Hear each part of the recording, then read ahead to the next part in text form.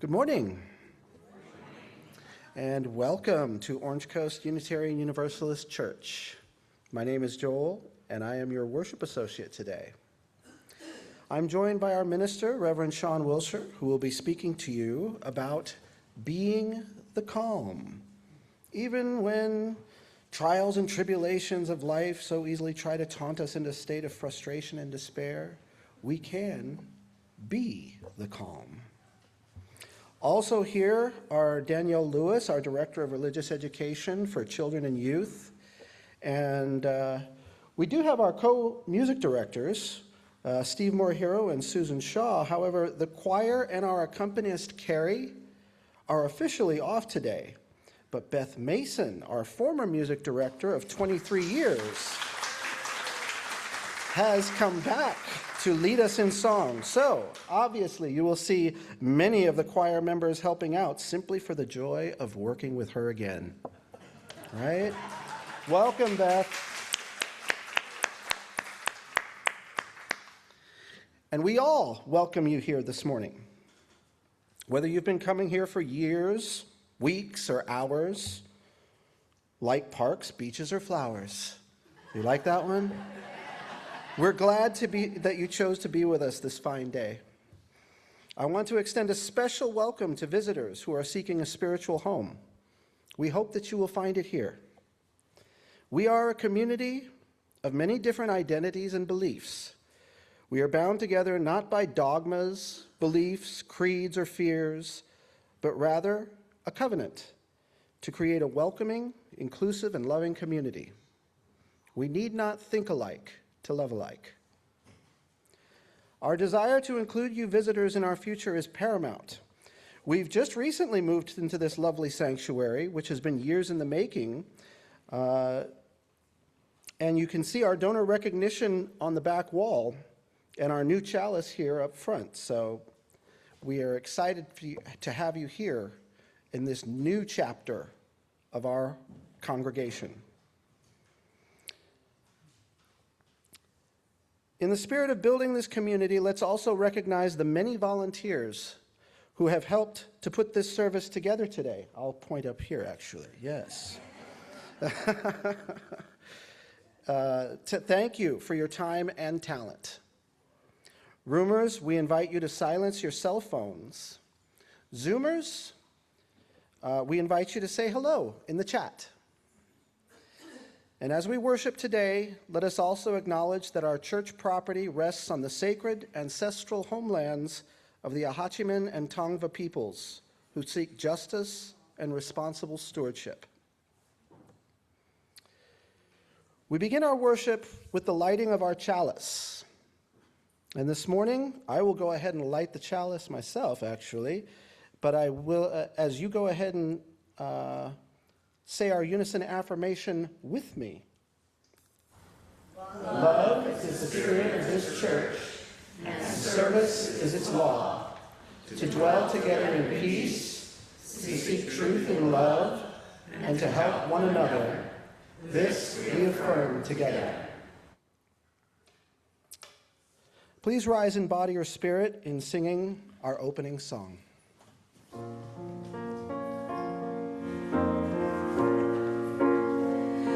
May I be filled with loving kindness. May I be well. May I be filled with loving kindness. May I be well. May I be peaceful and at ease.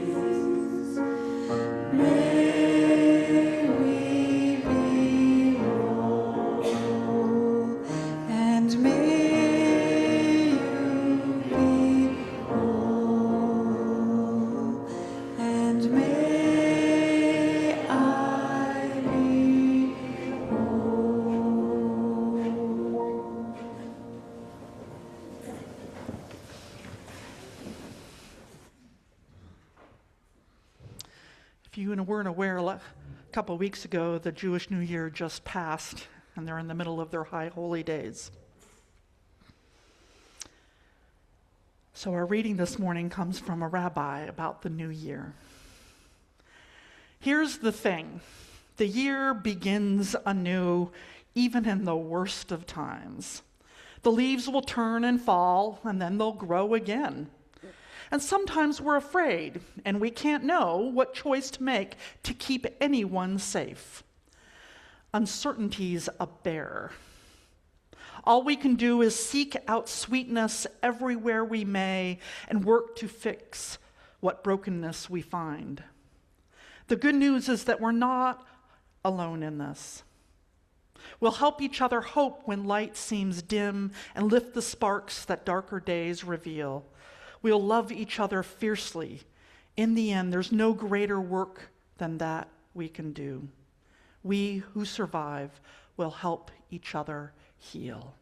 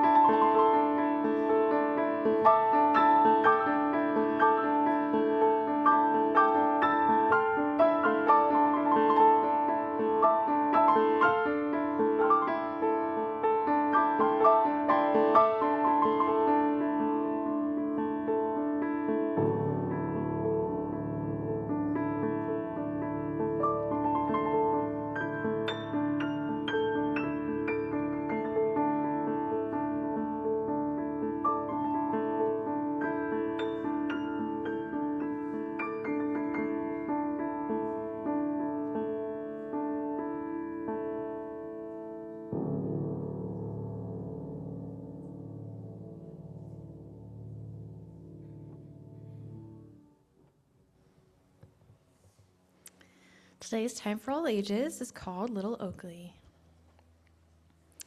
Once upon a time, there was a little sapling named Oakley. Oakley lived on the edge of a forest, right where the meadow began. He didn't know how he got there, but the earth was soft, the sun was warm, so Oakley began to grow. Being small in a big world isn't easy. Deer nibbled at his leaves, wolves trampled his tender branches, and birds snapped off twigs for their nest. Oakley didn't like this one bit, so he stiffened his little branches and tried to look fierce. Sometimes he even stuck out his tongue. You probably wouldn't want to eat a tree that stuck out its tongue at you either. Still, Oakley couldn't help feeling jealous of all the tall oak trees deeper in the forest. No one nibbled on their leaves or trampled on their roots. And when Oakley asked them for advice, they only laughed. "You'll never grow if you complain so much," they said. So Oakley became a little grumpy little sapling. One day, he noticed an oak tree nearby. Her name was Gnarls.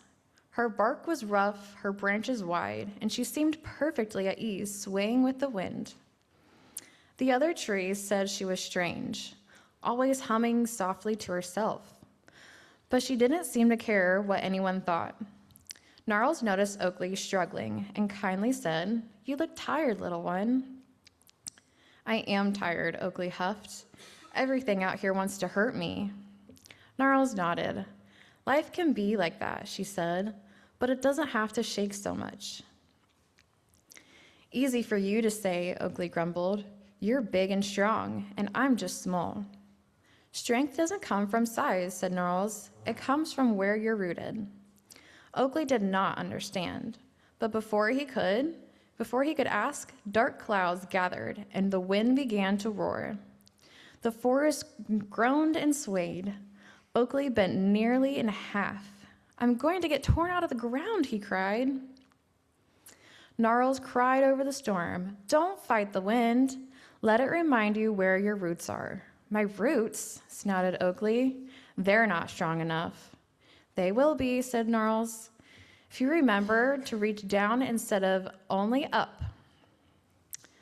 Oakley didn't know what else to do, so he tried. He focused on the cool soil beneath him, the pebbles, the worms, the dark, steady earth. He imagined his roots curling deeper and deeper below him. He could feel the wind tugging at him, but he could also feel the earth holding onto him. The storm raged all night, but Oakley stood still. Bent, yes, but still rooted. When the morning came, the forest was quiet again. Broken branches laid everywhere, and some trees had even fallen. But Oakley was still there, feeling stronger than before. Gnarls smiled. "You found your center," she said. I just needed to grow my roots deeper, Oakley asked. Gnarls added, "To grow deeper roots, and to remember that storms will come and go. It's not only about hiding from the storm, it's also remembering who you are and in the middle of it." And from that day on, Oakley kept growing, not only upward to the light, but also downward into the rich grounding earth, ready for whatever storms might come. The end. I ask you to help me sing our religious children out.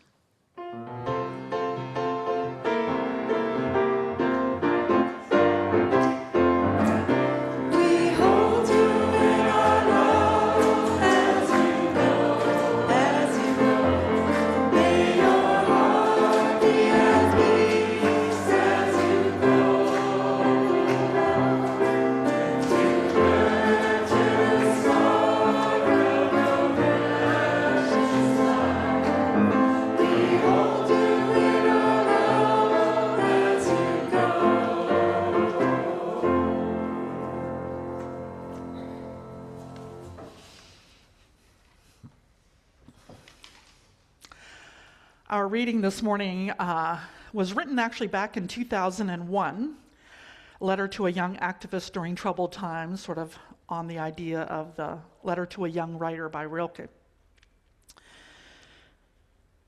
Clarissa Pinkola Estes wrote this: "Mis estimados, my dears, do not lose heart. We were made for these times. I grew up on the Great Lakes and recognize a seaworthy vessel when I see one. Regarding awakened souls, there have never been more able crafts in the waters than there are right now across the world. And they are fully provisioned and able to signal one another as never before in the history of humankind. I would like to take your hands for a moment and assure you that you are built well for these times. Despite your stints of doubts, your frustrations in all writing, all that needs change right now, or even feeling you have lost the map entirely, you are not without resource. You are not alone. Look out over the prow. There are millions of boats of righteous souls on the waters with you. In your deepest bones, you have always known this is so. In dark times, there is a tendency to veer towards fainting over how much is wrong or unmended in the world. Do not focus on that. Do not make yourself ill with overwhelm. There is a tendency, too, to fall into being weakened by perseverating on what is outside your reach, by what cannot yet be. Do not focus there. That is spending the wind without raising the sails. We are needed. That is all we can know. And though we meet resistance, we more so will meet great souls who will hail us, love us, and guide us, and we will know them when they appear. You have all the resources you need to ride any wave, to surface from any trough. One of the most important steps you can help to calm the storm is to not allow yourself to be taken in a flurry of overwrought emotion or despair, thereby accidentally contributing to the swale and the swirl. Ours is not the task of fixing the entire world all at once, but of stretching out to mend the part of the world that is within our reach. Any small, calm thing that one soul can do to help another soul, to assist some portion of this poor, suffering world, will help immensely. It is not given to us to know which acts or by whom will cause the critical mass to tip toward an enduring good. What is needed for dramatic change is an accumulation of acts, adding more, continuing. We know that it does not take everyone on earth to bring justice and peace, but only a small, determined group who will not give up during the first, the second, or the 100th gale. One of the most calming and powerful actions you can do to intervene in a stormy world is to stand up and show your soul. Soul on deck shines like gold in dark times. To display the lantern of your soul in shadowy times like these, to be fierce and to show mercy towards others, both are acts of immense bravery and greatest necessity. Struggling souls catch light from other souls who are fully lit and willing to show it. If you would help to calm the tumult, this is one of the strongest things you can do. Thus ends our reading. I'd like then to invite you into a time of meditation, to consider her reading, her words. How is it that you can show your soul to the world? Take a deep breath, soften your eyes, plant your feet firmly on the ground, feel your roots going deep. How can you show your soul to the world, your beautiful, precious soul?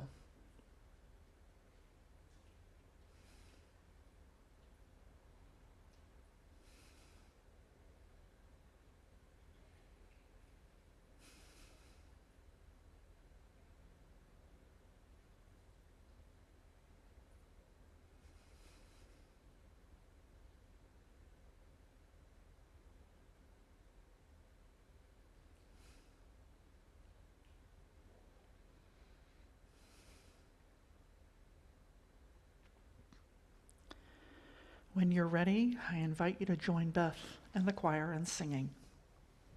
I'm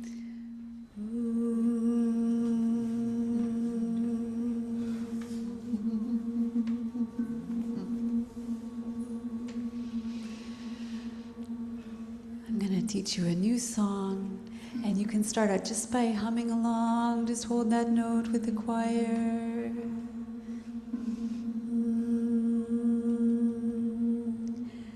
I am the calm in the eye of the storm. Come to center.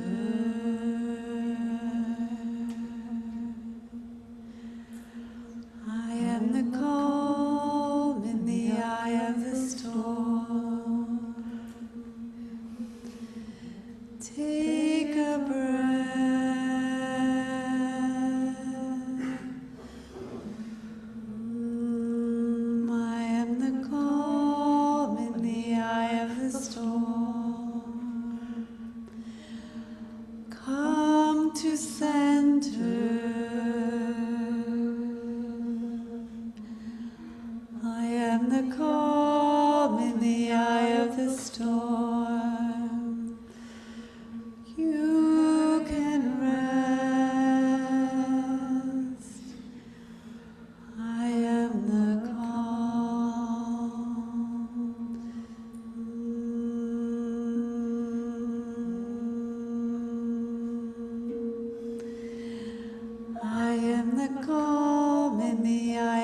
storm, come to center.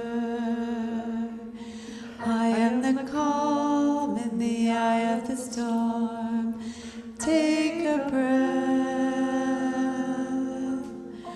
I am the calm in the eye of the storm. Come to center. I am the calm in the eye of the storm. You can rest. I am the calm.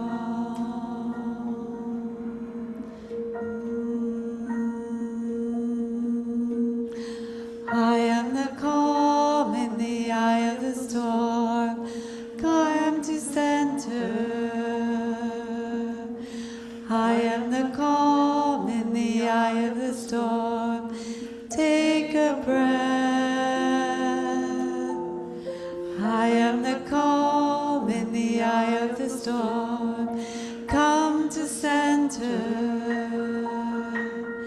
I am the calm in the eye of the storm. You can rest. I am the calm. One more time. I am the calm in the eye of the storm. Come to center. I am the calm in the eye of the storm. Take a breath. I am the calm in the eye of the storm. Come to center. I am the calm in the eye of the storm. You can rest. I am the calm. I am the calm. I am the calm. I am the calm.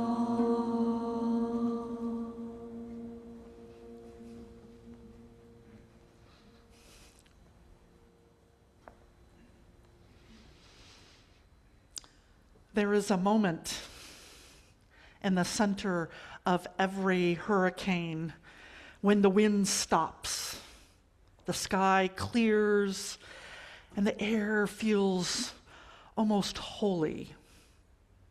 The storm is still raging all around, miles and miles of wind and rain, but in the middle there is a stillness that is called the eye of the storm.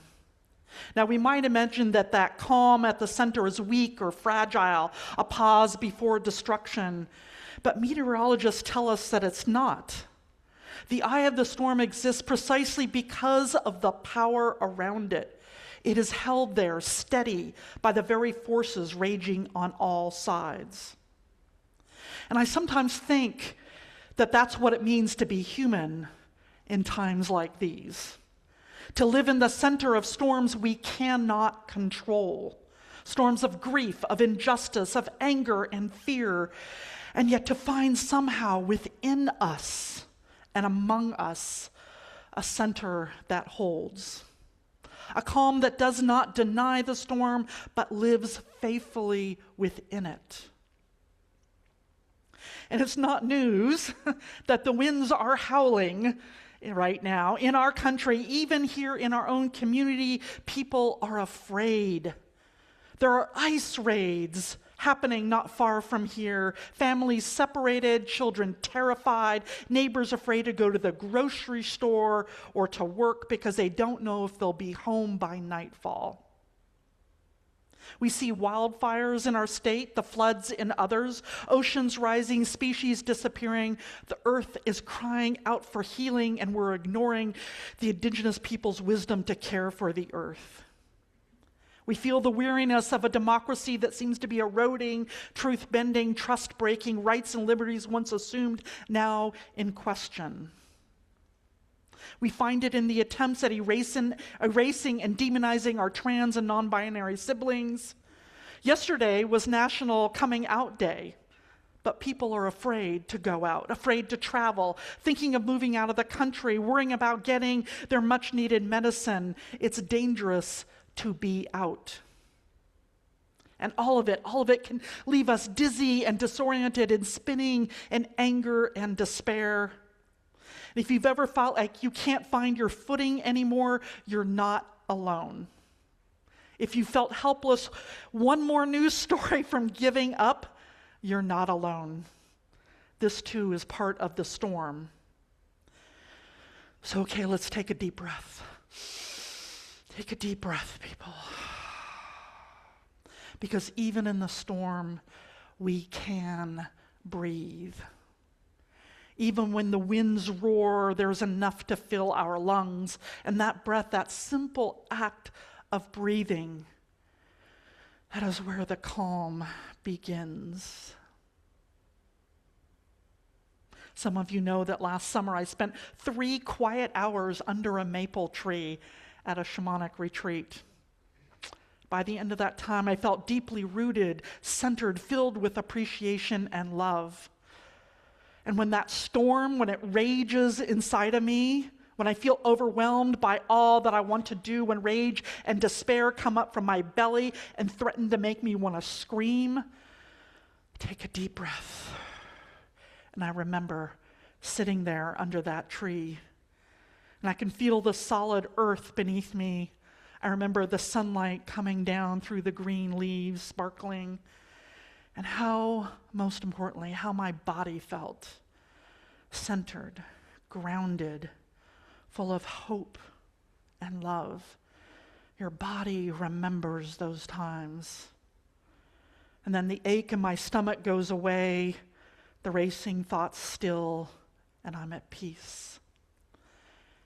Then I usually know what I need to do, what I can do, what small act I can make to go forward.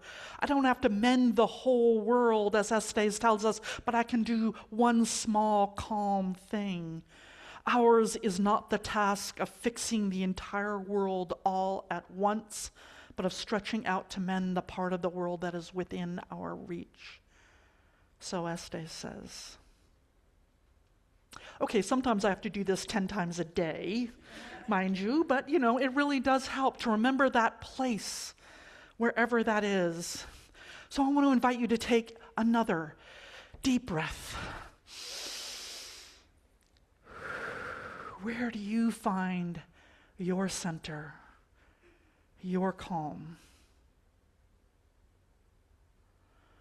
What memory? Snuggling up to a loved one, being in nature, singing a song. What memory or place gives this to you, your center?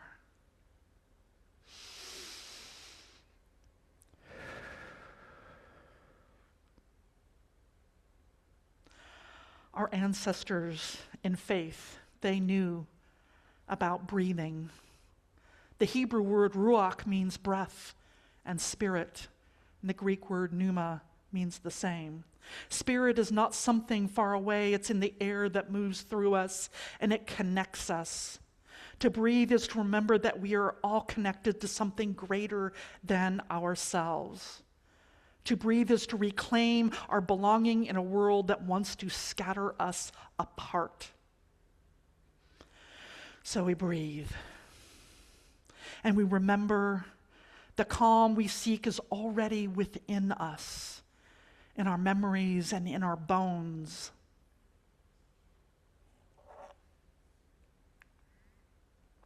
Howard Thurman once wrote, "There is in every person an inward sea, and in that sea there is an island, and on that island there is an altar.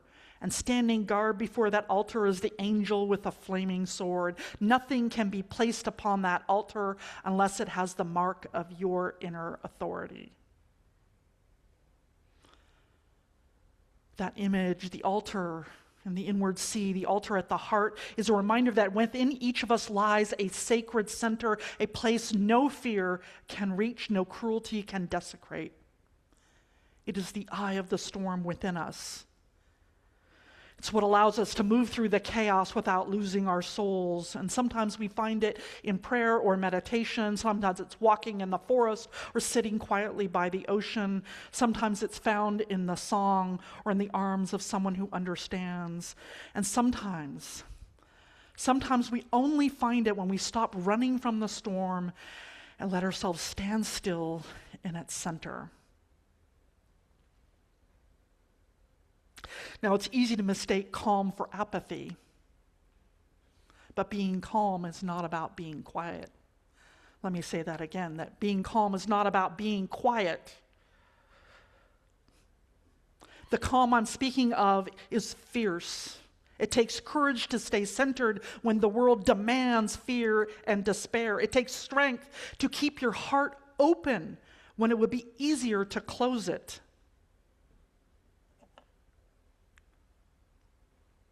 Think of the civil rights marchers who walked across the Edmund Pettus Bridge in 1965.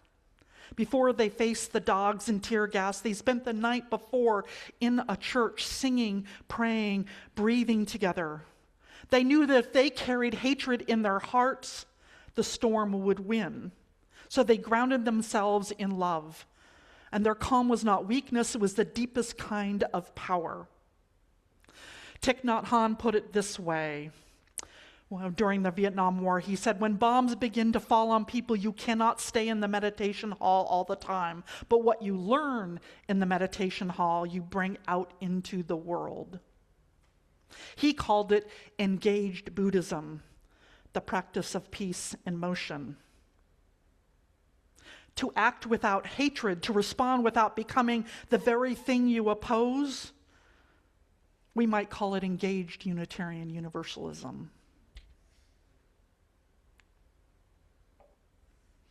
At the center of our faith is love. Not love as some sentiment or softness, but love as a force that keeps us human, when everything around us is trying to make us forget. Love that says, you are my neighbor, even when we disagree. You are my kin, even when the world tells us we are enemies. Love that refuses to be weaponized. Love is the calm in the eye of the storm. It does not stop the wind, but it steadies us against it. The opposite of love is not hate, by the way. It is fear. And we're living in a time when fear is being sown like a seed, planted in hearts to divide and control us. Fear tells us there's not enough to go around, but love tells us there's more than enough when we share it. So when we feel ourselves swept up by the whole storm, in the news, in the shouting, the online arguments, the constant anxiety that hums from beneath the surface of our days, we can simply pause, take a deep breath. Is this fear speaking or love? Is this fear speaking or is it love? And if it's fear, we find our center, we take a breath and begin again. Of course, it's not enough to find calm within ourselves. We need one another too. We come here to this sanctuary, this new beautiful sanctuary. When we do this, we're not escaping the world, we're building a center within it. Together we create a circle of calm that ripples outward. That's what church is for. When someone among us is afraid they are leaving the country, we hold them. When a member or friend is facing deportation, we show up. When another is grieving the latest flood or fire or election result, we breathe together. We remember who we are. We are not powerless. We are not alone. We are not defined by the storm. We are instead defined by our capacity to hold each other through it. We are not defined by the storm. We are defined by our capacity to hold each other through it. This is what it means to be a Unitarian Universalist in turbulent times, to be both sanctuary and catalyst, both refuge and revolution. a calm center that sends people back into the world with hearts steady and spirits strong. Because the goal is to not stay here forever, safe behind these walls, or a ship safe in a harbor. That is not what ships were built for. The goal is to return to re-enter the storm with love as our compass. Action rooted in fear will burn us out. Action rooted in fear burns us out, but action rooted in love sustains us. And history reminds us that even small groups of loving, courageous people can make an enormous difference. I found this really interesting statistic. The political scientist Erica Chenoweth studied decades of movements around the world, and they found something astonishing, that no government has ever survived a non-violent protest that included just 3.5% of the population. Isn't that interesting? Just 3.5% of the population.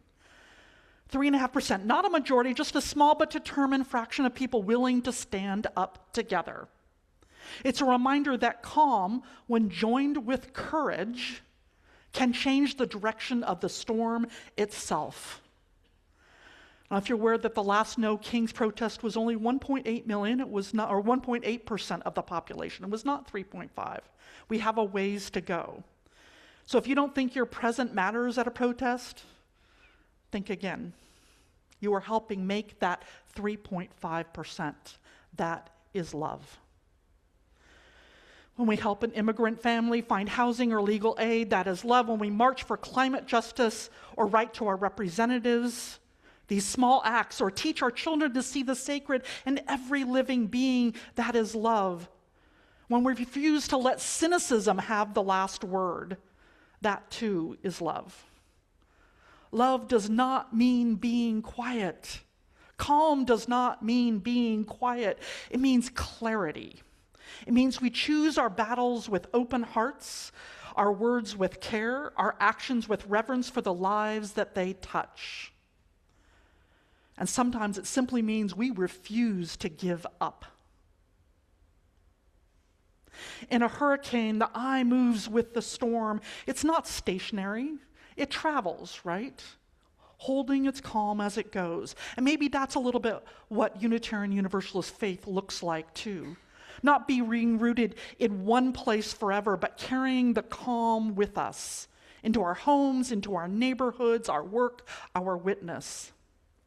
To be the calm in the eye of the storm is to walk through the world as a steady presence. To be the person who listens when others only shout. To be the one who remembers compassion when others forget. To be the hand that steadies, the voice that comforts, the heart that stays open. Because this is the kind of love that the world needs now. Not love that hides, but love that endures. So when the winds rise again, and they will, just look at your email. When the news brings you to your knees, every time I see breaking news from the New York Times,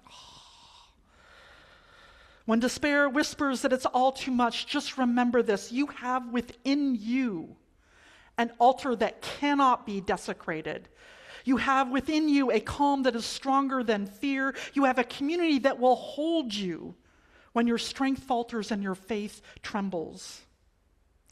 So together we can be the calm in the eye of the storm for one another, for this community, for a world that has forgotten how to breathe.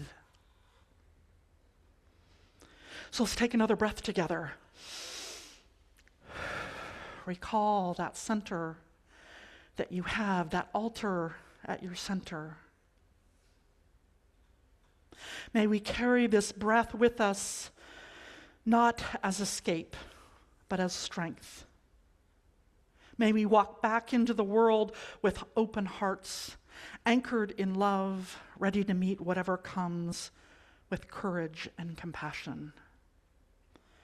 Because even in the storm, especially in the storm, people need love. People love across borders, across differences, across fear. People love in the shelters and in the streets, in the marches, and in the quiet moments of care. People love. People love. People love. Please join Beth and the choir as we sing.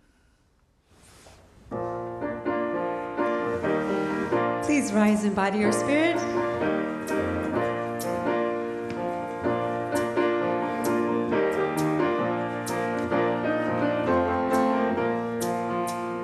What do we tell our children if they see you talk? People who love each other talk. A gentle whisper when you take a walk. People who love each other talk. Would you rather teach them fear, to hate and to betray? Or will you show them love can grow in many different ways? People love, people love, people love.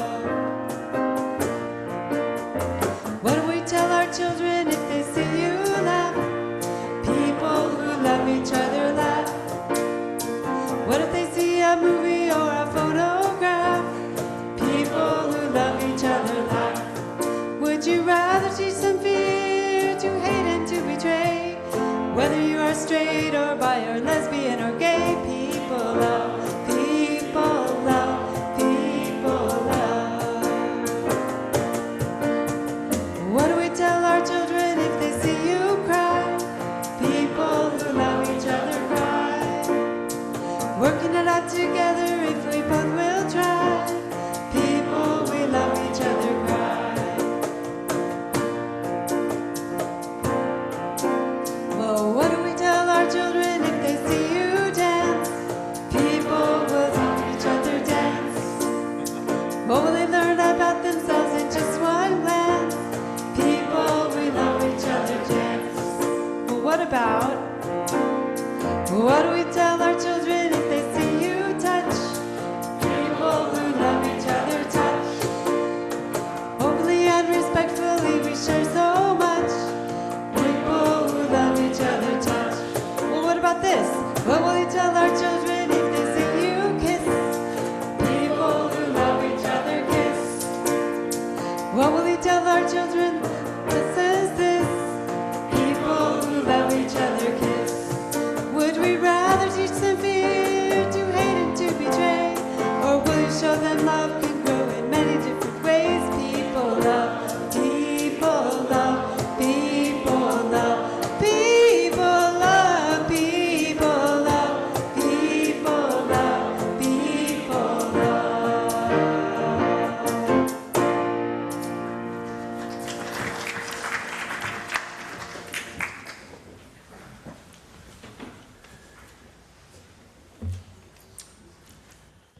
Unitarian Universalist congregations are fully self-supporting, meaning that members and friends raise all funds for the operating budget, ministries, and programs of the church.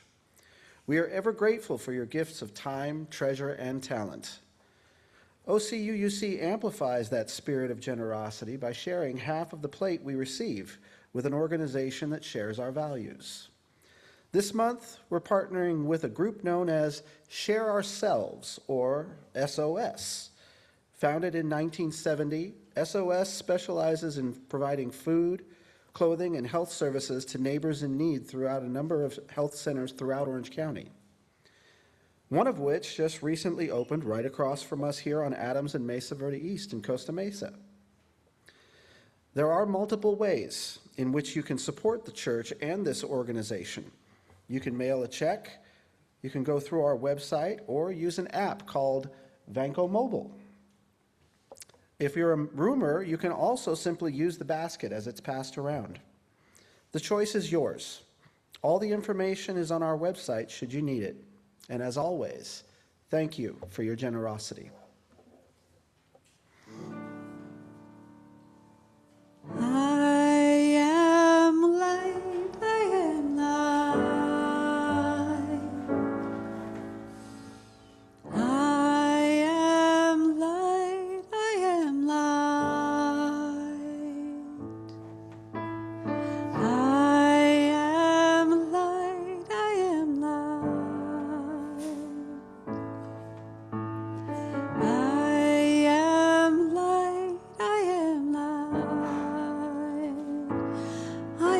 not the things my family did.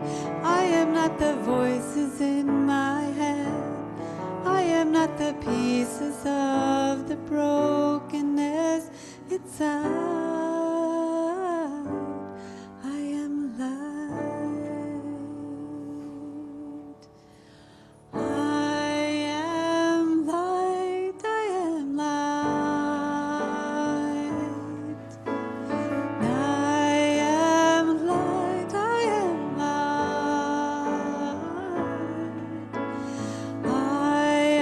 am light. I am light.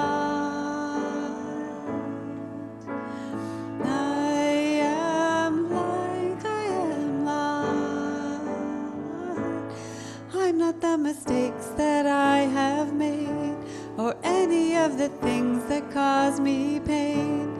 I am not the pieces of the dream I left behind.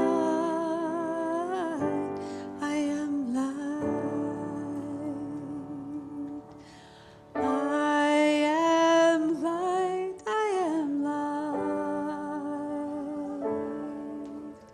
I am light. I am light. I am light. I am light. I am light. I am light. I am not the color of my eyes. I am not the skin on the outside. I am not my age. I am not my race. My soul inside is all light. I am light. I am light. I am light. I am light. I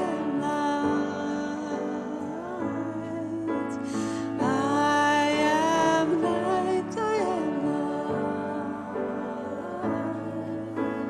I am light. I am light. I am divinity divine. I am the God on the inside. I am the star, a piece of it all. I am light. I am light. I am light. I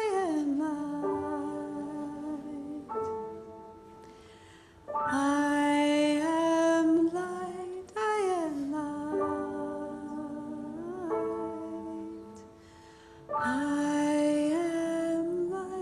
I am light. I am light. I am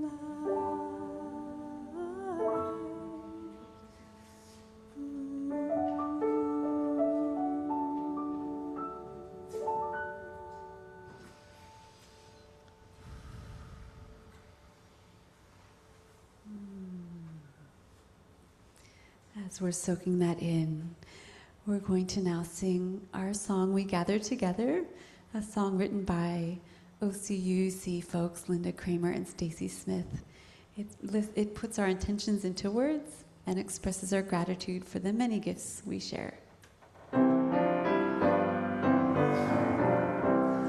gather together, we gather as one, for peace, love, and justice for everyone. We give from our hearts to show that we care. We can change lives with what we share.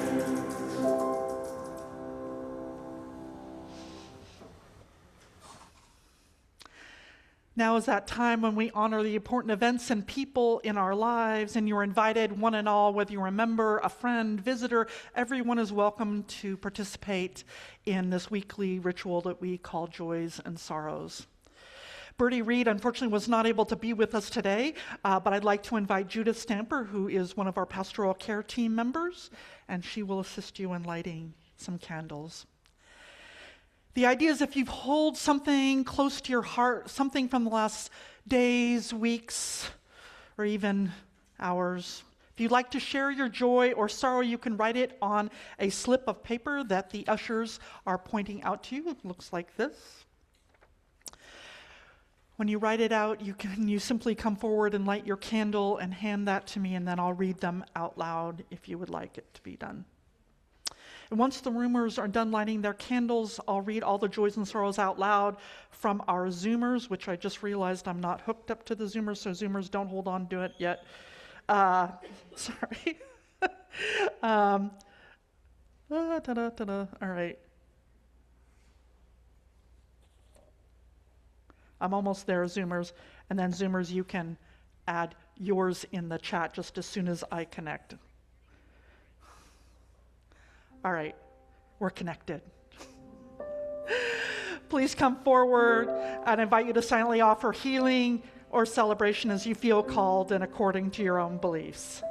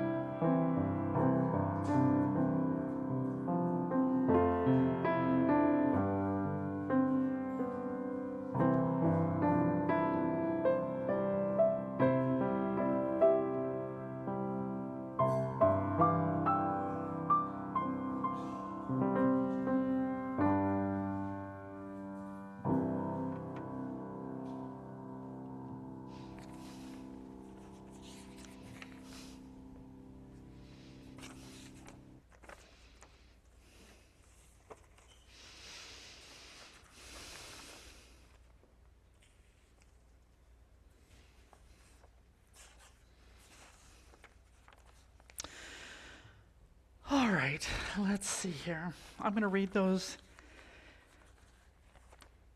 here first, and then hopefully to give the Zoomers more time to write their joys and sorrows. All right. The wonderful Light B lit a candle of joy because she said, "I am so happy to be here," and we're happy to have her.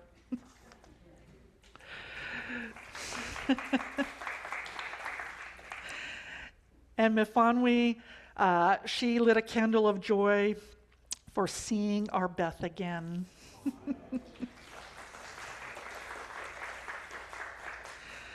And Linda C. lit a candle of joy. She said, "Joy for our wonderful daughter, Cindy, who's visiting us from New Jersey." Welcome, Cindy.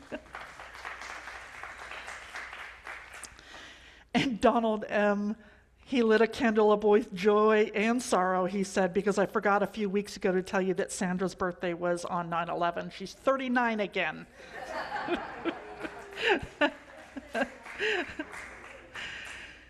And Jeffrey, he lit a candle of joy. He said, 10 years ago, I became more honest with myself and others. That's beautiful. And Jolyn, she lit a candle of joy and of hope. She said, the gorgeous flowers that you see over here are for our dear Joel's birthday.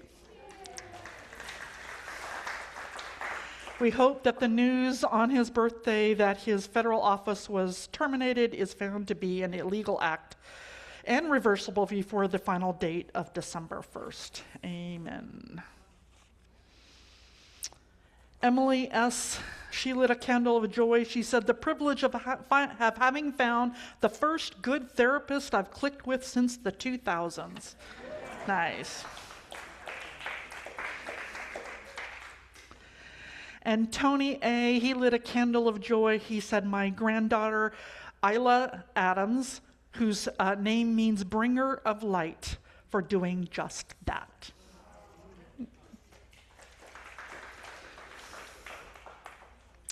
And K.A. lit a candle of both joy and sorrow.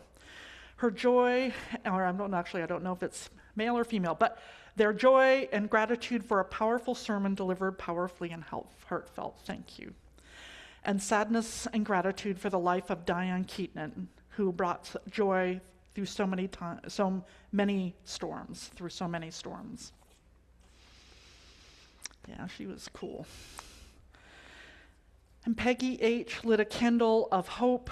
She says, the hope is that the attendance at the October 18th No King's Day surpasses the 3.5% population attendees by a large margin. We'll have sign-ups afterwards. I'll tell you about that in a little bit. But Rachel L. lit a candle of sorrow. She says, my sister-in-law and her family, half of her house burned down yesterday, and we ache for her. Oh, Rachel. Ooh, I'm sorry. Elizabeth K. has a mixed candle. She says, sending strength and support to the Ibanez family as they are directly affected by the latest actions from the government. Gather in strength, compassion, and love in the eye of the storm with OCUUC.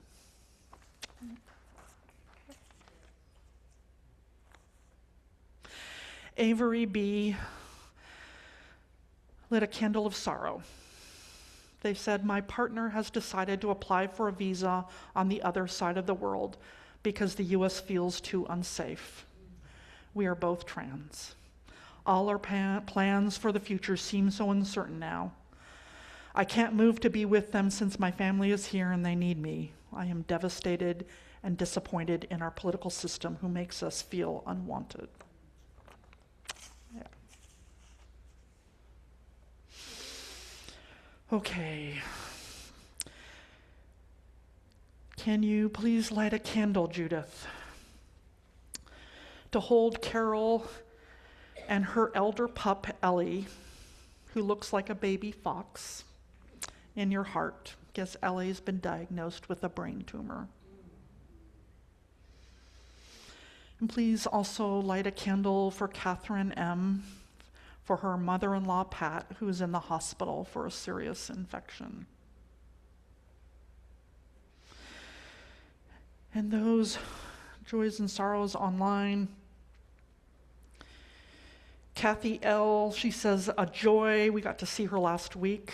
Getting to visit the new sanctuary with my daughter last week. Now I'm calmly back in Pennsylvania. I am so thankful for the OCUC community and Zoom. And we're grateful you're with us. Laura GB, she said, please light a candle of healing for Abby M., one of our new members and usher, and a beloved friend. Her chemo is not going well.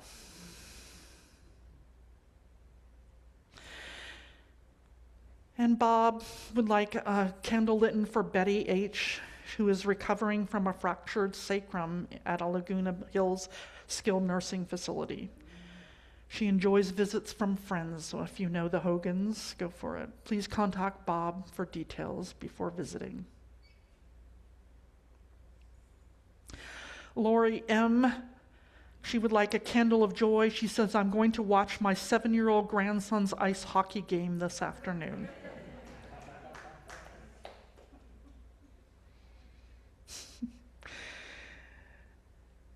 And Lee Marie would like a candle of joy lit, and she's the president of my fan club, just so you know.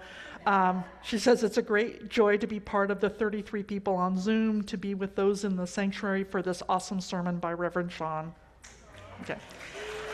And music by Beth and a wonderful choir. She says, together we are light. And Yetzel, he's lit a candle of joy. Please, he says, for mom and siblings visited this week, and we enjoyed a beautiful day together at Disneyland. Oh, that's fun. Donna M. said, please light a candle of joy for Nancy and Tom L. They are enjoying Italy right now, and Nancy joined us on Zoom for a few minutes before the start of the service. I don't know if you saw Tom was on there too. She says, have fun in Italy, and we look forward to seeing you when you get back. Amen. All right. Well, let us hold in love all the joys and celebrations and all the hurts and sadness, whether they were spoken or remain silent in our hearts. Let our joys remind us to be thankful, our concerns remind us to hope, and our sorrows remind us to connect. Let all these moments remind us that we are not alone, and we are light. Please join Judith in a spirit of prayer.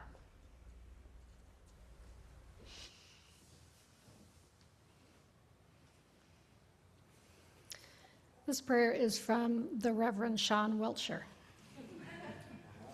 Spirit of life, be with us in this circle of calm at the heart of the storm.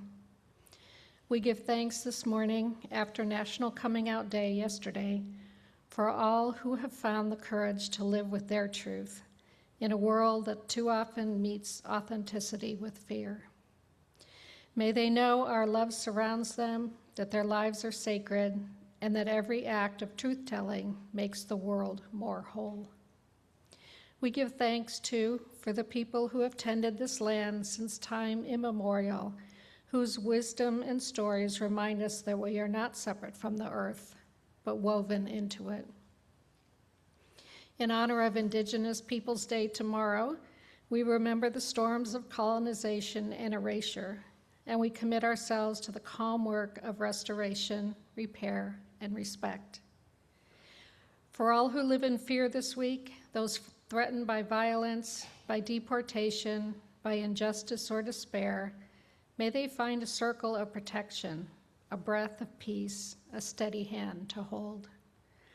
Spirit of the stillness, teach us to be both calm and courageous, to stand firm in love even when the storm rages loud around us. May we carry the eye of peace within us wherever we go. For love is still the strongest force on earth. It is the calm in the eye of every storm. It is the heartbeat of this community. Amen and blessed be.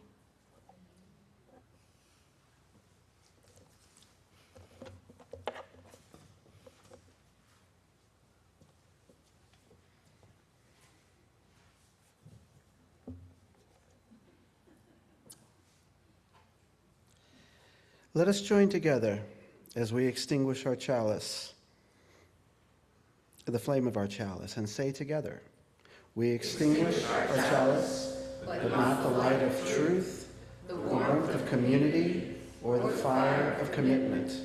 These we carry in our hearts until we are together again.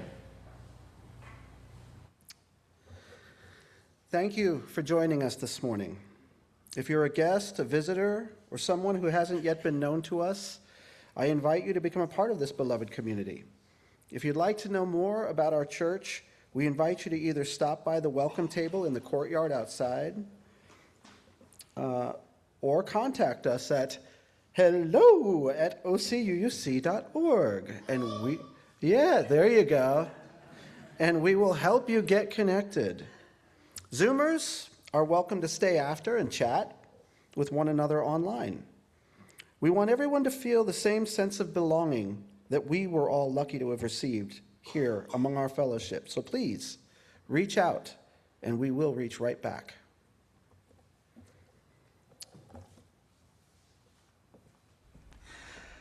All right, different ways that you can connect. Joel. Yeah. All right. Did I do that? Did I remind you with that? So first of all, I want to remind you all that we're doing this kind of fun thing. Well, I don't know if you're aware that we have a new hymnal. It's a electronic hymnal, and they've got a bunch of new songs. And the choir is inviting you all before the service, starting at, what are we starting at now? 10. Okay, at 10 at Sunday. If you like singing but you can't be in the choir, come at 10. You can bring your coffee into Daniel's Hall, okay, and sing. So we're just going to be learning some new hymns that we don't normally get to sing, so that when we come in here, we're all not going, what is that? So anyway, join the sing-along on Sunday mornings at 10. The other thing is, as I mentioned, that we do No King's Protest is next Saturday at 2 o'clock. I would like to organize carpooling and everything. So let me know if you're going to be here and which one. So there's one in Newport Beach, Huntington Beach, and Santana. Yes? 12 to 2. It's 12 to 2. Oh, terribly sorry. Thank you very much. 12 to 2. Sorry. Thank you. I thought it was at 2 for some reason. All right. At any rate, as I mentioned in the sermon, the biggest No Kings amount has only been 1.8%. So let's see if we can make it 3.5%. So come on out for that. I'll go grab a piece of paper, and if you can just let me know which one you would like to go to, that would be great. And then we'll arrange carpools for anybody who needs it. All right, I'll also put something in the blast as well. So the other big thing we've got going on is the UU Barbecue Hoedown. This is our fall auction. Come on down, y'all. It should be a lot of fun. This is a great big fundraiser for our church, and it's always a fun thing to do. And the idea is that what you do is you donate something like a dinner or an outing, or like I've done tarot readings or whatever it is, and then people bid on those things and the money goes to the church. It's a lot of fun, and last week you heard about some of my favorites. Joel is going to tell you his favorite that he's done and one that he's given to give you some ideas. Just a few ideas. You know, the fact is there are a lot of things that come up in the auction.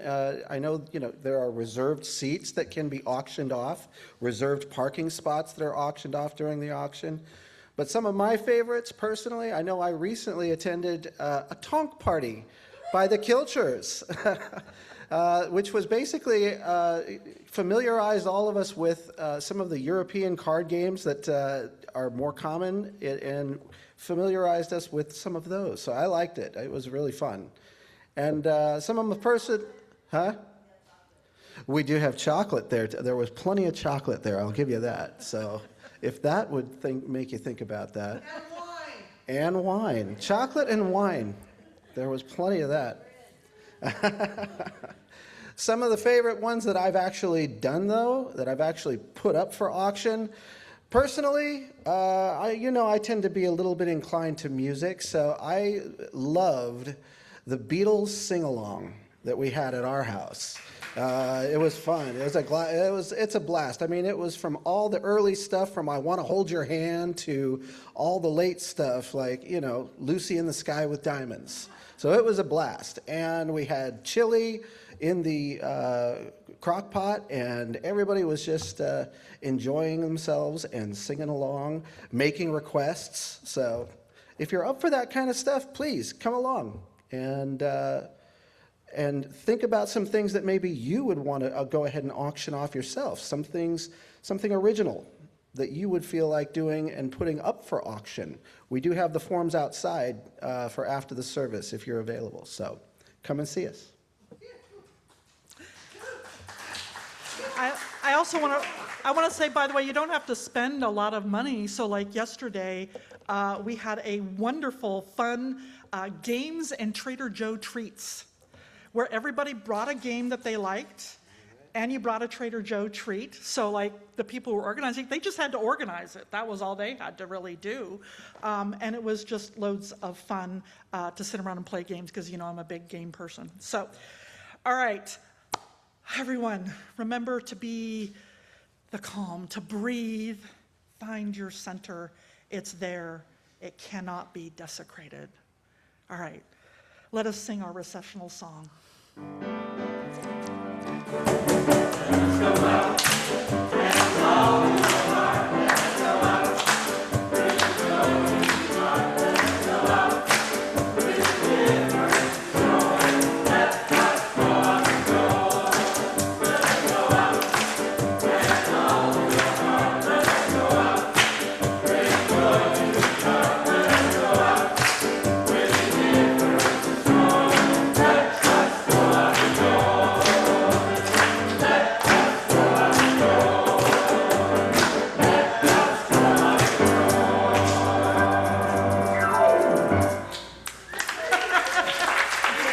This service is over. Let our service continue.